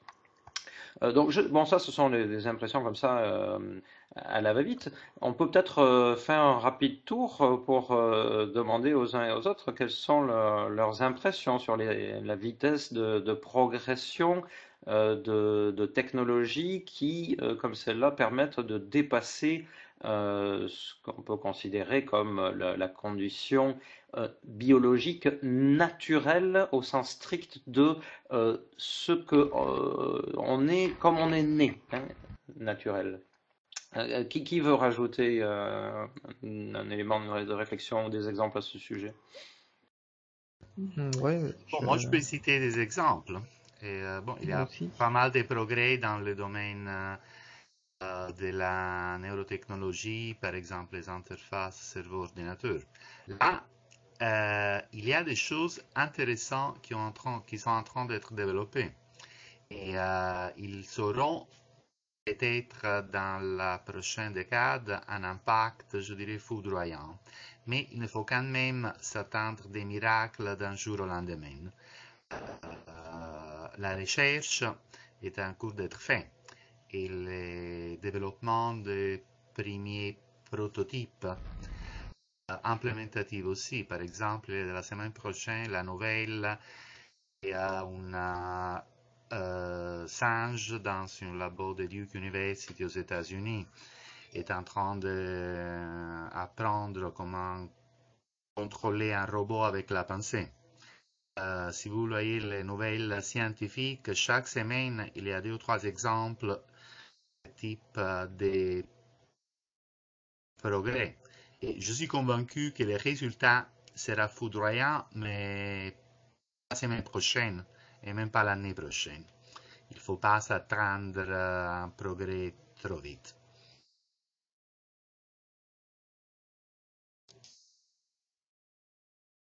J'aurais tendance à dire, pour ajouter, que en fait on baigne dedans, donc on a l'impression que c'est lent, alors qu'en fait c'est très rapide. Mais c'est par petites touches, donc on s'en rend pas forcément compte, quoi. Il suffit de regarder il y a 10 ans où on en était et on se rend compte que, par exemple, on n'avait pas tous les robots ménagers aspirateurs qui sont chez nous et qui sont encore pas très grand public, mais qui commencent à se diffuser.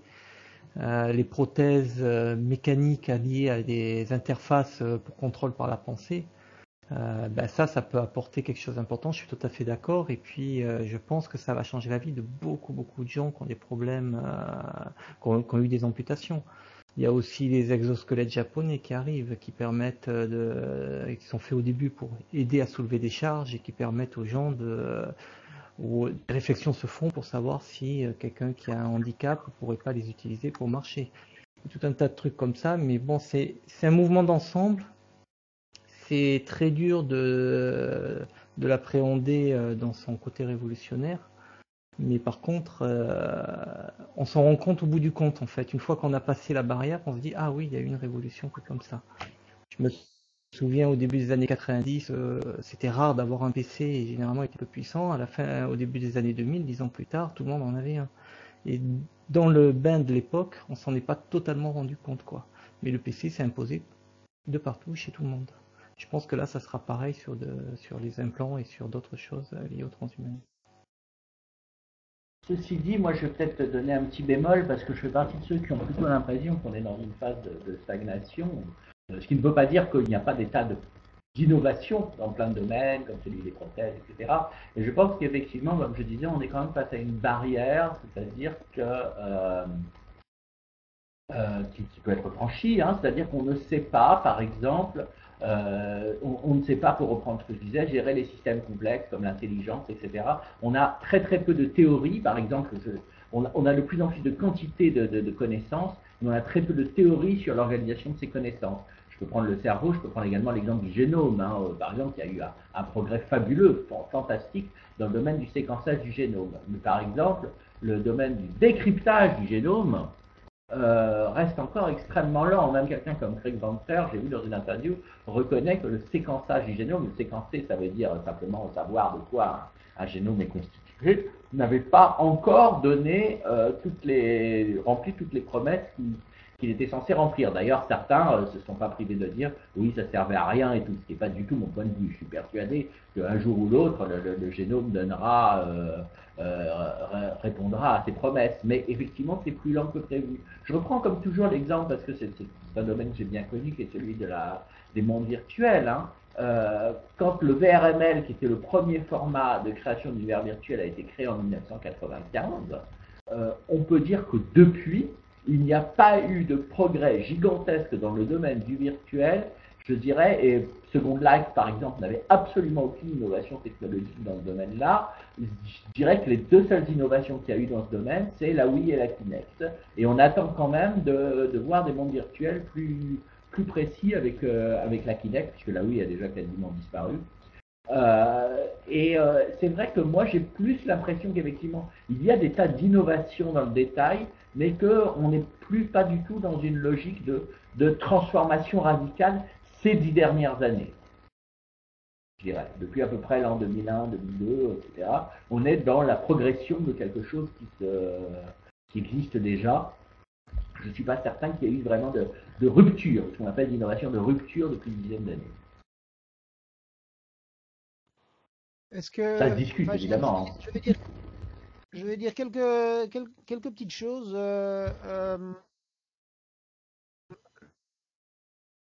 La première, c'est que pour moi, c'est comment dire, la vitesse des progressions, c'est justement une des raisons pour lesquelles ou en tout cas je suis actif à Technoprog, c'est parce que je pense qu'on peut avoir une petite influence, peut-être même pas sur l'accélération, pas globalement, mais sur les domaines dans lesquels on pousse vers des accélérations ou pas. Il y a un domaine où je suis d'accord avec Rémi, c'est que je pense que pour tout ce qui est intelligence artificielle, disons, les progrès sont moins rapides que ce à quoi on pouvait s'attendre. Mais quand tu dis par rapport à 2000, par rapport à 2000, je suis persuadé que pour toutes les applications de Google qui ressemblent quand même à de l'intelligence artificielle, si on compare ce qui est, si on voyait maintenant, si on compare ce qui est maintenant à ce qui était en l'an 2000, c'est vraiment totalement spectaculaire les évolutions. Et alors, moi je vais devoir arrêter de regarder, mais je laisse l'enregistrement continuer. Mais ce que je voulais quand même encore dire une petite chose vite en passant par rapport à la question, flûte, ça m'échappe, par rapport à la question oui, la question du transhumanisme en tant que mouvement politique. Il me semble effectivement que le clivage, pour faire simple, gauche-droite, restera toujours plus important que le clivage technoprogressisme versus ludite, et que donc ce qui est important, c'est d'essayer de convaincre les gens qui font notamment de la politique et qui sont parmi les décideurs. Voilà, voilà. Mais donc je vous souhaite une bonne fin de réunion. Bonne soirée Didier, à bientôt. Bonsoir Didier, oui, merci pour la vidéo. On va reprendre ça.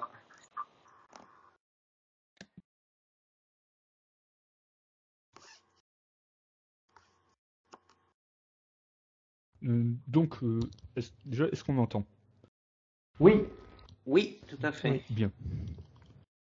Donc, pour répondre à, je sais plus qui c'est qui demandait au niveau des avancements sur le transhumanisme actuellement.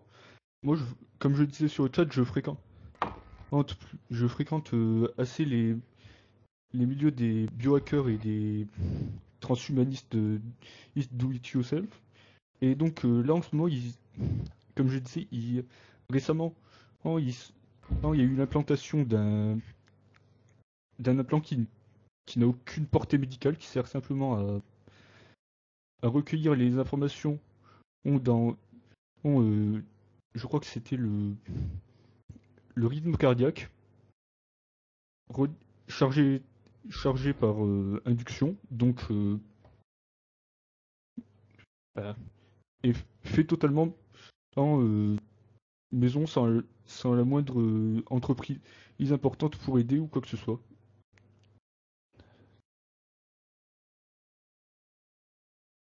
Oui, j'ai vu la vidéo aussi, donc c'est vraiment du biohacking, puisqu'ils font ça tout seul à la Petite, maison.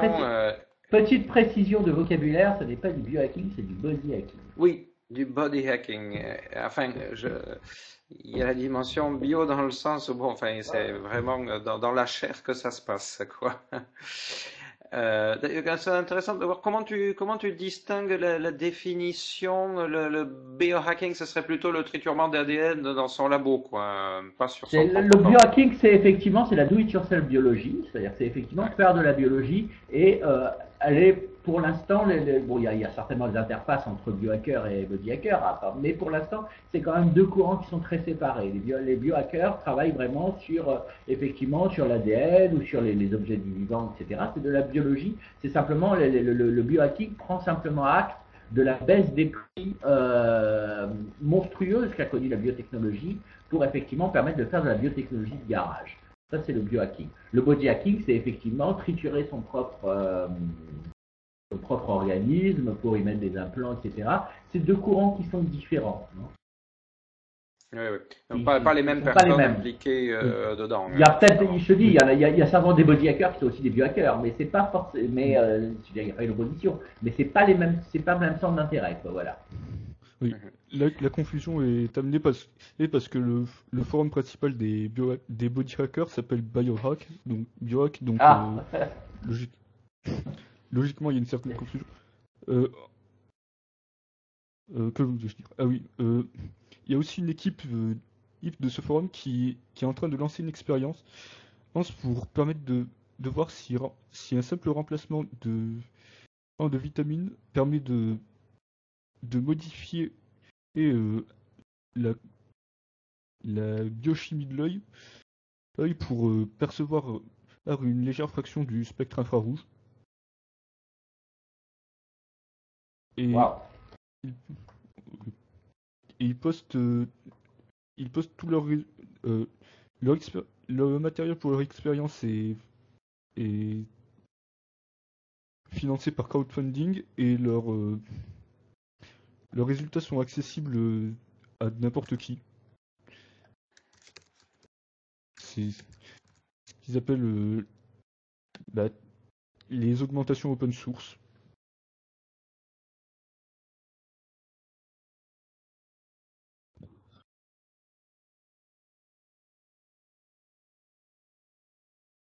Personnellement, je les essaierai pas en premier, mais si quelqu'un veut tester.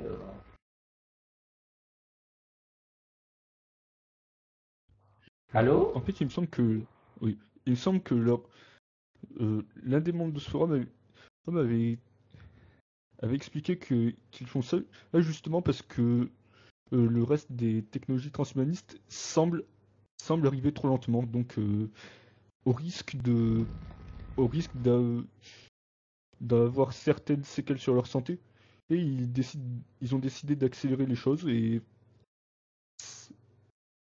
je suis pas sûr que ce soit totalement comment on dit ça en français, sûr pour la santé ou quoi que ce soit, mais du moins ça marche. D'accord, c'est intéressant. On a fait un petit tour d'exemples pour répondre à la question posée. Je pense qu'on pourrait encore envisager d'autres exemples. Mais ce qui me semble important, c'est qu'on distingue dans ces différentes technologies possibles, celles qui ne s'adressent que à un individu, donc qui peuvent proposer une amélioration, mais donc pour la durée de la vie de l'individu, de celles qui concernent peut-être davantage l'humanité dans son entier, celles qui touchent, donc qui sont vraiment, qui passent par la biologie et qui, par exemple, comme certaines formes éventuellement de thérapie génique, qui pourraient aller jusqu'à modifier une lignée germinale, c'est-à-dire être transmissible de génération en génération, ou donc la majorité des autres qui donc ne concernent que la personne qui la pratique sur elle. Donc bon voilà, il y a des types assez divers. Il y a celles qui également nous modifient ou modifient nos attitudes en tant qu'humains de manière extérieure. Par exemple, enfin tout ce qui est usage de l'informatique, des réseaux, est-ce qu'à un certain point, à partir d'un certain degré d'immersion là-dedans, eh bien, est-ce qu'on finit pas par toucher à quelque chose qui relève complètement de l'humain, même si on est dans quelque chose de plus culturel? Par exemple, il n'y a pas forcément de transformation physique directe et visible, mais on peut peut-être parler de transformation de l'humanité dans son ensemble à partir du moment où des millions et des millions de personnes se mettent à changer complètement de manière de fonctionner.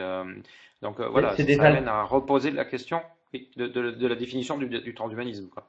Pardon, Rémi. c'est déjà le cas avec la lecture. C'est déjà le cas avec la lecture, hein, comme l'a montré Stanislas Dehaene. Effectivement, il y a des neurones qui sont spécialisés dans la lecture, et pourtant, ça ne peut pas être génétique, parce que la lecture sont vraiment récents au niveau, sont doublement récents, je dirais, au niveau biologique, parce que d'abord, ça n'a que 5000 ans, ce qui est très peu au niveau de l'histoire de l'évolution, et en réalité, la lecture pour tout le monde, ça a un siècle, modo, hein, parce que je sais que j'avais déjà des grandes tantes qui étaient encore illettrées, hein, donc encore